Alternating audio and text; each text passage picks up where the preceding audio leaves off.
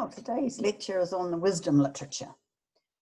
This includes the biblical books of Job, Proverbs, Ecclesiastes, and Song of Songs.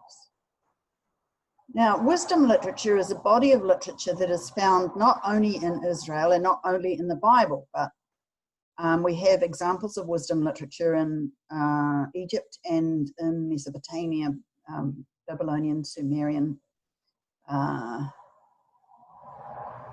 wisdom literature. And so this literature fits in that body of literature. The difference, of course, between the biblical wisdom literature and the wisdom literature from other nations is that the biblical wisdom literature is monotheistic. So there are overarching themes in the wisdom literature, and we'll look at those first, and then we'll talk about the specific theology of the different books. So the main theological themes that we find in the wisdom literature are that God is sovereign. God owns everything, he's in charge of everything, he made everything, and he is sovereign. He can do as he chooses. The second main theme is that humanity is responsible to God as individuals and as a whole group.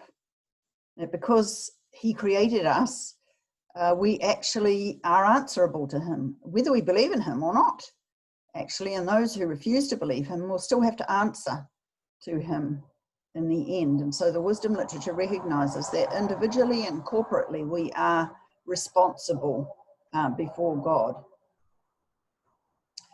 A third main theme is that the universe is orderly. God created the universe, he created it according to work, according to certain laws, and that it follows those laws. And there are two kind of branches of this idea. One is the idea of universalism, that everybody comes under God's control, whether they believe it or not. But then also there's the law, or in Hebrew, Torah, which really means instruction, which tells believers how to live a life that is pleasing to God. And in the wisdom literature, a life that is pleasing to God is considered a successful life. So a successful life is not one that is successful according to world standards, but it's in the wisdom literature, a successful life is a life that is lived according to Torah. And then the final thing that we see in the wisdom literature, although it's very vague and it doesn't have clear statement, is that we are not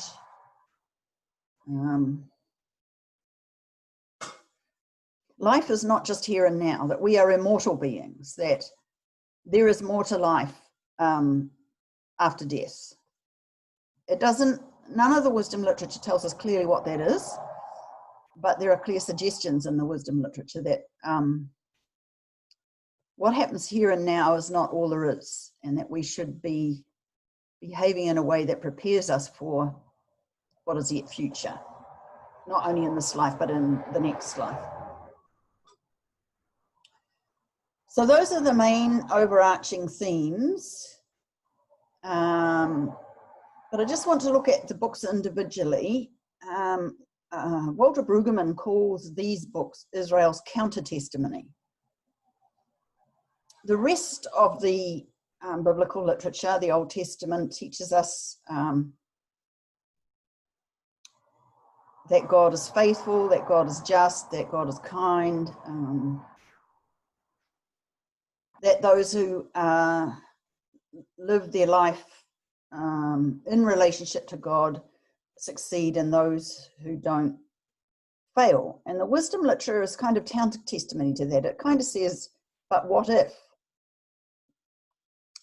So in the book of Job, scholars have often said that the book of Job teaches us why the righteous suffer.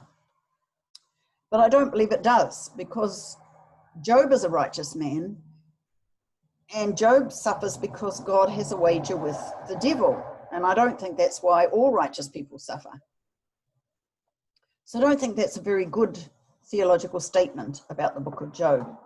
What I believe the book of Job teaches us is how a righteous man behaves in suffering, or indeed perhaps answering the question, what is a righteous man?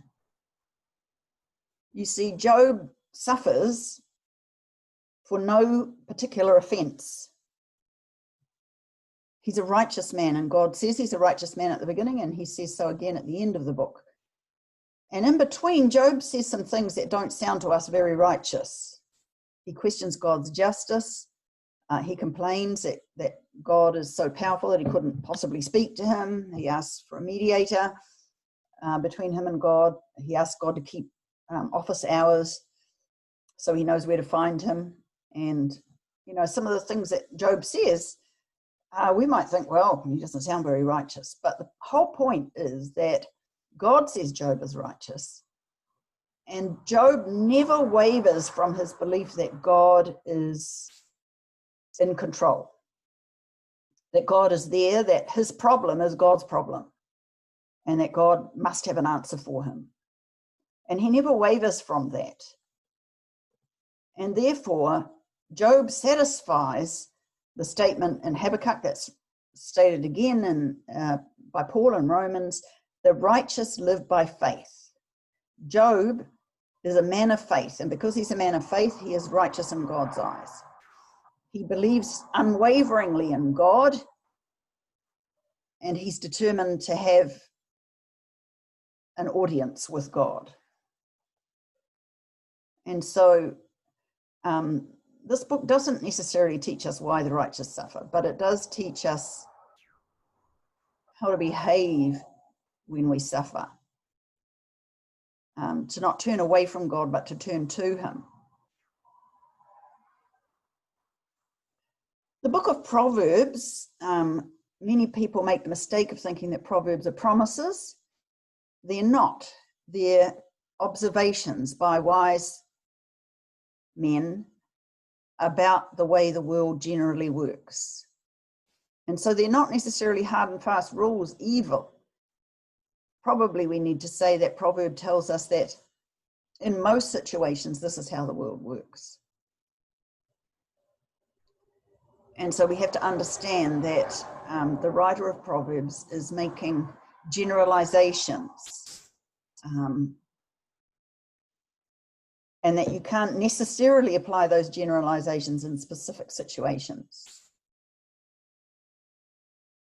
The generalizations that the writer of Proverbs makes are things like the fear of the Lord is the beginning of wisdom. Of course, it's a major theme. But also,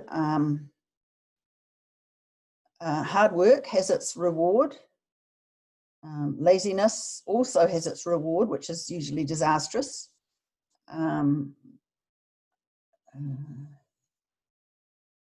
Adultery is something that leads to destruction. The wise young man will choose wisely in life and choose a life partner who is wise. And these kind of themes are the kind of themes that we find in Proverbs. Proverbs has a lot to say about words, the way that we speak, and the damage our words can do, or the blessing that our words can be. And so these are the main kind of theological themes in the book of Proverbs. The book of Ecclesiastes is a kind of look at life without God. When he speaks about life under the sun, he's really referring to life that has no reference to God. The writer of Ecclesiastes himself is a believer in God, and he firmly summarizes his thoughts at the end by saying that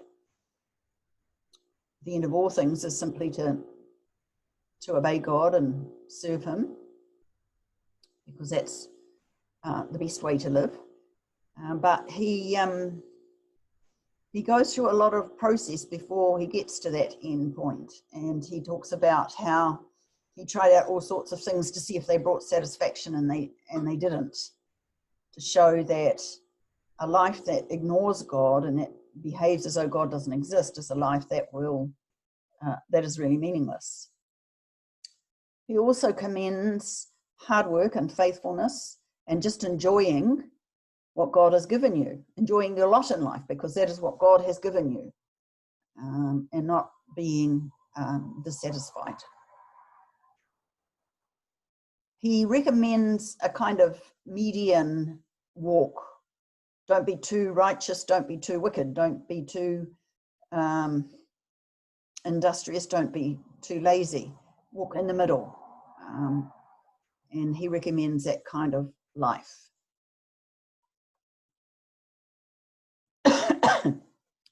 Finally, the Song of Songs is a book that most people think shouldn't be in the Bible. And historically, both Old Testament Jewish believers and New Testament Christian believers have tried to make it acceptable by suggesting that it's a love story about God and Israel, or Jesus and the church, and that the beloved is the church or Israel, and the lover is God or Jesus. The problem with that is that the Song of Songs is very physical in its language. It expresses appreciation of the lover in physical terms, and that's not the kind of way that we relate to God.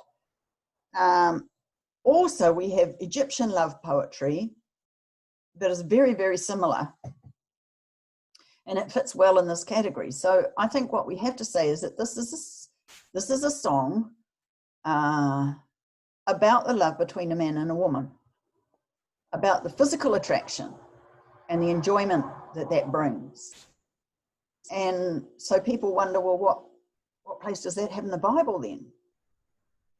Well, I think what it teaches us is that God actually approves of physical intimacy within marriage, that it's a part of his plan for us, that it's kind of sacred, therefore, because God has approved of it, and that it's to be enjoyed, not to be treated as something unacceptable or indecent. And so these 4 books give us a very different perspective on life and on what it means to be walking with God. So when we try and bring the teaching in these books into our own context, we have to think about how does it relate now? Well, it does give us what I would call a biblical humanism. In other words, it focuses on human life and on morality, and it tells us that human life is valuable and that God has ordained ways for human life to be enjoyable, successful, blessed. It doesn't always have to be hard work. It recognizes the worth of human beings, and it contemplates the problems of human existence, the things that we face, like we all face death, for instance. We see injustice in the world. We question whether there's anything more. Is there life after death? And the wisdom literature addresses these thoughts and ideas and gives us some answers. It speaks for man, to man. Although it's theistic in its foundation, in other words, it recognizes God, and it recognizes that God's plans for people are the best plans. It does have an ultimate goal in mind. The idea is that if we live according to the theological statements of the wisdom literature, then we will live a successful life. And it does include moral guidance. It speaks about behaving justly. It speaks about faithfulness in marriage, and addresses things like deceit and unforgiveness. And so it gives us moral guidance as well. And so these books, they seem not to fit in the canon in some way. They are kind of almost contradictory, and yet they cause us to think about life and our relationship with God, and they cause us to go deeper in our relationship and not just kind of be superficial. They challenge us. And so that's the main purpose of these books of the wisdom literature. They challenge us to really think about our faith and to not be dogmatic and superficial, but to really go deeply into what it means to be a person of faith.